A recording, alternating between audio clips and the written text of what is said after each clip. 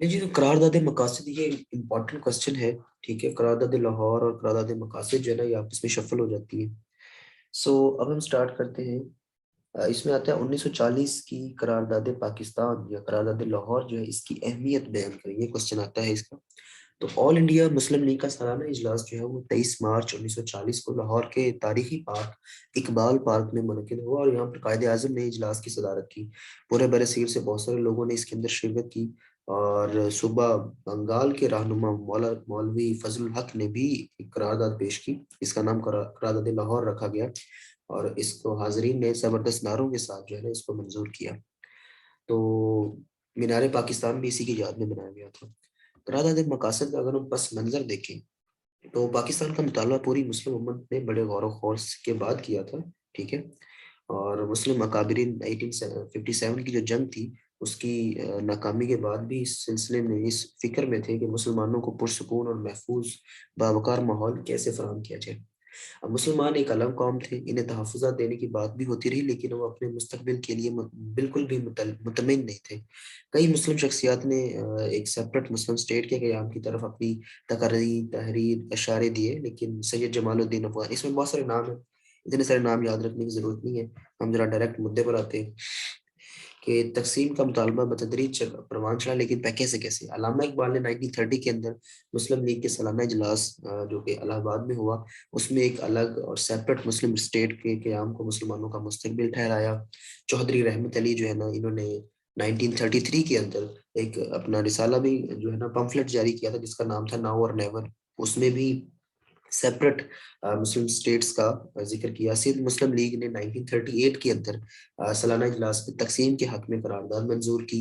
قائد اعظم نے سید حسن ریاض، مصنف جو ہیں وہ پاکستان ناگزیر تھا، یہ کتاب ہے ان کی، کو انٹرویو دیتے ہوئے بتایا کہ 1930 میں ہی ایک علیحدہ مسلم مملکت کے قیام کی جدوجہد کا فیصلہ ہو چکا تھا، اور 1940 تک قائد اعظم نے قوم کو ذہنی طور پر رفتہ رفتہ تیار کر لیا. اب قائد اعظم کا جو خطبہ تھا وہ کیا تھا کہ قائد اعظم نے مسلم لیگ کے 1940 کے اس لاہور اجلاس کی صدارت کرتے ہوئے اپنے خطبے میں مسلمانوں کی جد و جہد کے لیے ایک ڈائریکشن جو ہے نا وہ دے دی. ان کو مسلمان ایک علیحدہ قوم ہے اور وہ اپنا جداگانہ سماجی ثقافتی اور مذہبی نظام رکھتے ہیں. بر صغیر ایک ملک نہیں، اور ہندو مسلم تنازع کوئی فرقہ وارانہ نہیں بلکہ بین الاقوامی مسئلہ ہے جس کا حل بر صغیر میں ایک سے زیادہ ریاستوں کا قیام ہے.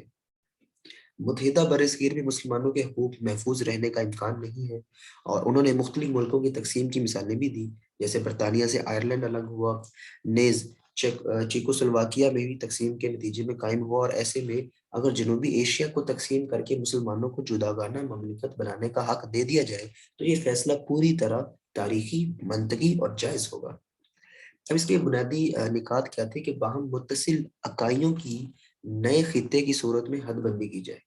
ٹھیک ہے، یعنی اس کا مطلب کیا تھا کہ شمال مغرب اور مشرق میں جو مسلم اکثریت والے علاقے ہیں ان کو ملا کے مسلم مملکتیں قائم کی جائے. بر صغیر کے لیے تقسیم کے علاوہ کسی دوسری سکیم کو منظور نہیں کیا جائے گا، اور تقسیم ہو جاتی ہے تو ہندو اکثریتی علاقوں میں مسلم اقلیتوں کے حقوق کے تحفظ کا مناسب بندوبست بھی کیا جائے گا. اب اس کا رد عمل کیا آیا کہ قرارداد کا منظور ہونا تھا، اور ادھر ہندو پریس اور ہندو قائدین کے مطالبے کے خلاف اظہار رائے کرنا شروع کر دی. انہوں نے قرارداد کا مذاق اڑایا گیا. گاندھی اور ہندو نے بالخصوص قرارداد کی مخالفت کرتے ہوئے اسے مسترد کر دیا. مسلم لیگ جو تھی اس نے قرارداد کو قرارداد لاہور پکار رہی تھی، جبکہ ہندو پریس نے اسے طنزاً قرارداد پاکستان لکھنا شروع کر دیا. تو مسلمان قائدین نے نئی اصطلاح کو اپنا لی اور آج اسے قرارداد پاکستانی کہا جا رہا ہے. مولانا شبیر احمد عثمانی، مولانا اشرف علی تھانوی اور مولانا ظفر احمد نصاری انصاری رحمۃ اللہ علیہ وہ علماء تھے جنہوں نے اس قرارداد کا بھرپور ساتھ دیا، اور برٹش پریس نے قرارداد کو زیادہ اہمیت نہ دی. عام تصور تھا کہ تقسیم کی تجویز مسترد ہو جائے گی، لیکن مسلمانان برصغیر نے اپنے مستقبل کا فیصلہ کر لیا تھا. چند ہی سالوں بعد انہوں نے اپنے بے پناہ جدوجہد کے نتیجے میں پاکستان